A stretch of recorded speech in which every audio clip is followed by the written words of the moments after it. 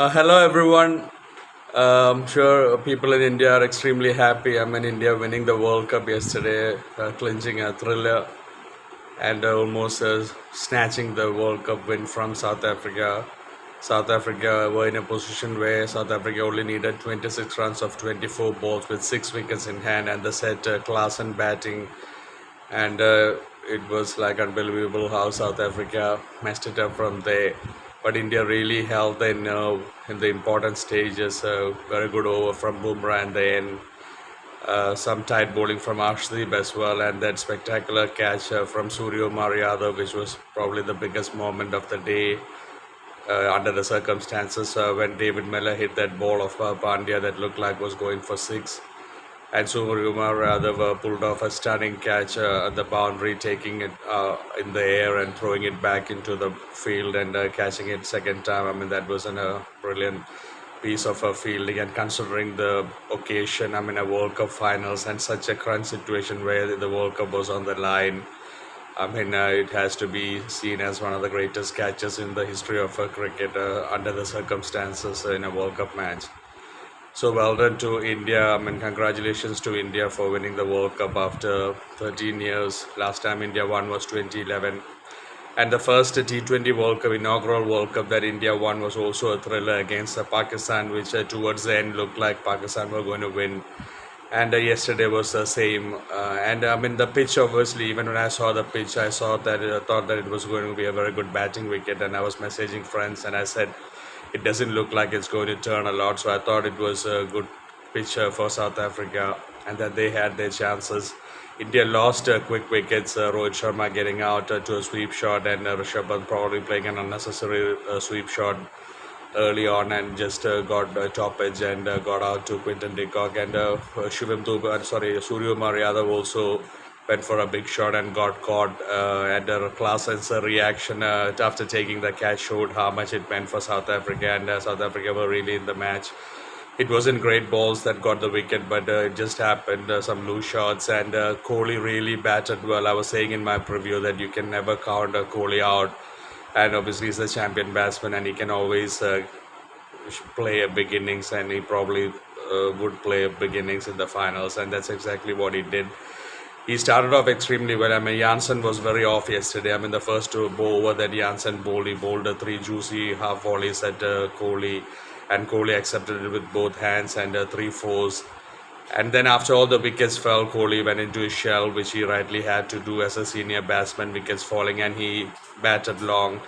And if India had lost, and if India and Kohli didn't make up in the end, probably there would have been a lot of criticism on his strike rate. But Kohli towards the end got a few big shots and batted really well for 76, I think. And everyone else did okay towards the end, and India really got to 176, which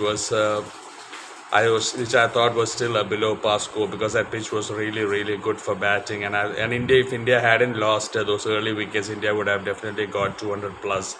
I was messaging some South African friends that if India hadn't lost those early three wickets, India would have easily gone 200 plus big score. So South Africa getting those wickets at that time really did well to get India to 176. And I think one mistake, Maharaj opening the bowling was a big move from Markram, and it paid off. I didn't think Maharaj was going to bowl at the Indian batsman in the power play, but it worked well for South Africa. But definitely Janssen should have never been bowled the third and the fourth over, because he was really off the radar and he was really bowling loose. It also happened in that 50-over World Cup one match where he was just off, probably being youngster, and the big occasion got to him. But Janssen should have never been bowled the third and fourth over. South Africa, Markram did bowl a couple of overs, so South Africa had other options. But anyway, India 176 was like a even match. There was another thing about the match was it was like a seesaw match. Initially, South Africa getting the wickets, getting on top, then India with good partnerships getting back into the match. Then at the halfway stage, 176, it was still even. Both teams would have thought they would have had a chance. And South Africa batting first, obviously, Bumrah bowled an absolutely peach of a ball to Reza Hendricks that he got out. There's nothing he could have done about that. Not many batsmen would have done anything about that, and he got bowled. And Markram, I was saying, was such an important wicket for South Africa. He really played a very loose shot again, playing away from his body and just like a swipe at the ball. And he was disappointed, but he has been playing some disappointing shots in this World Cup. His captaincy has been excellent, but his batting was really off. Even against West Indies, he played a shot very away from the body and chopped it on. And it was a very ordinary shot from Markram at that stage. And at that stage, India really looked like India were holding the aces. But then there was an excellent partnership between Tristan Stubbs and Quinton de Kock. And de Kock, like I said, batted with more responsibility. He wasn't at his normal flowing best yesterday, but he kept batting and he batted around 10th over or so. And it was a big thing that de Kock batted that long. And I thought South Africa, and when Tristan Stubbs and de Kock were batting, there was a point when South Africa got the match back into their hands and the grip was with them. And I was saying to my mom, and exactly at that point, Tristan Stubbs got out to a shocker of a shot. I mean, even the first ball that he played of Axar, he tried to play a sweep, exposing all his three stumps, but luckily he didn't get out. But after playing that good innings, he really looked good, and he could have batted long. I've said many times about when you have the match in your grasp, just bat a few more overs and kill the game. South Africa didn't do that. And Tristan Stubbs went for another sweep shot, exposing all the three stumps. And 99 out of 100 times when you do that, you are going to miss it and you are going to go bold. No matter how good a batsman you are, no matter how good a pitch it is, if you expose all your three stumps like that and play a sweep shot, it's really not a cricket thing, and it will always work against you. It's such a low percentage shot, and I wasn't surprised that Tristan Stubbs got bowled. And then Klaasen came in and they required 60 balls or something. South Africa had 90 plus runs to get, and the run rate required was always around 9-10. And that was a difficult task, but with South Africa, if Klaasen clicked, it was always a chaseable total at that point. And I had mentioned in my video many times that Klaasen is one of the most, if not the most, destructive players against spin, and he really got stuck into the Indian spinners, and Axar Patel was taken apart. And there was a 24 runs coming off one over where he hit a lot of sixes, and suddenly South Africa were right into the match, and South Africa were holding the aces and really bossing the match at that point. And by the way, Axar Patel, well done to him for batting. I mean, he scored I think 47 before getting run out. He was a bit lazy with a run out when Quinton de Kock threw the stumps. It was almost the same like the West Indian wicket where Klaasen was run out looking at against England, Klaasen looking at Butler and running and getting run out at the non-strikers, and the same thing was happening here when the ball was on the leg stump and de Kock threw the stumps, and Axar Patel was kind of looking at de Kock and really lazy to get back. Anyway, so well done to Axar Patel for scoring those runs, very important runs. And obviously Klaasen, I was saying about Klaasen getting stuck into Axar Patel, and Kuldeep also went for runs. And there was then there was this point where South Africa needed only 26 runs of 24 balls with 6 wickets in hand, and Klaasen still batting there. And for all money, it looked like South Africa had this match under the grasp, and it's really unbelievable to think, not just South African international team, I mean any team to lose a match from that position. And South Africa had a World Cup to win with just 26 runs needed or 24 balls. And I was saying in my preview about how singles and twos are important and not just the boundaries.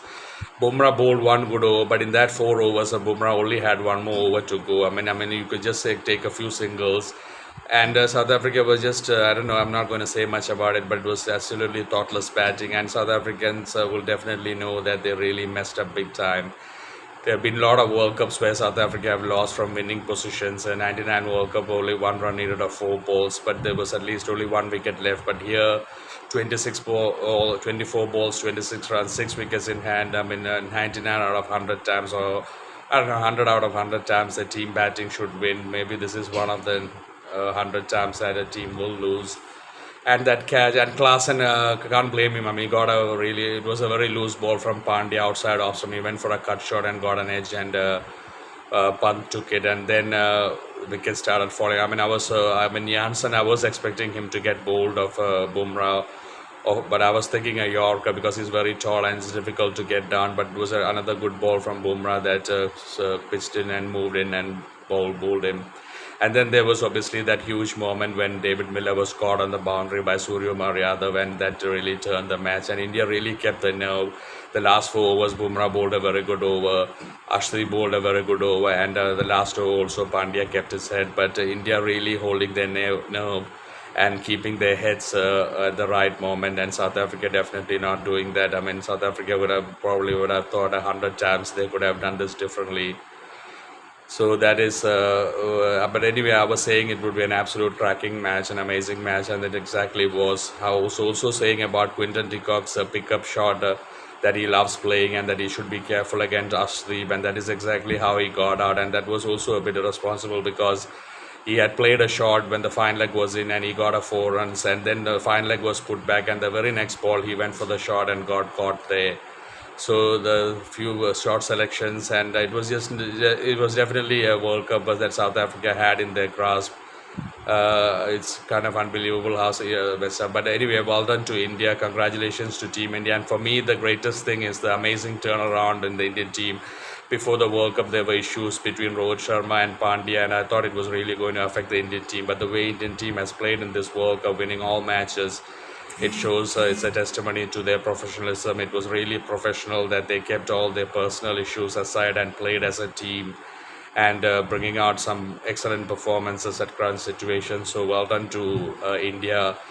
Congratulations on being world champions again, and well done to South Africa also for a very good World Cup, even though South Africa could have won this World Cup, especially that final. But well done to both teams for putting up a great show, an absolutely thrilling World Cup finals, and people really enjoyed it for sure. And once again, congratulations to Rohit Sharma, Virat Kohli, and the Indian team.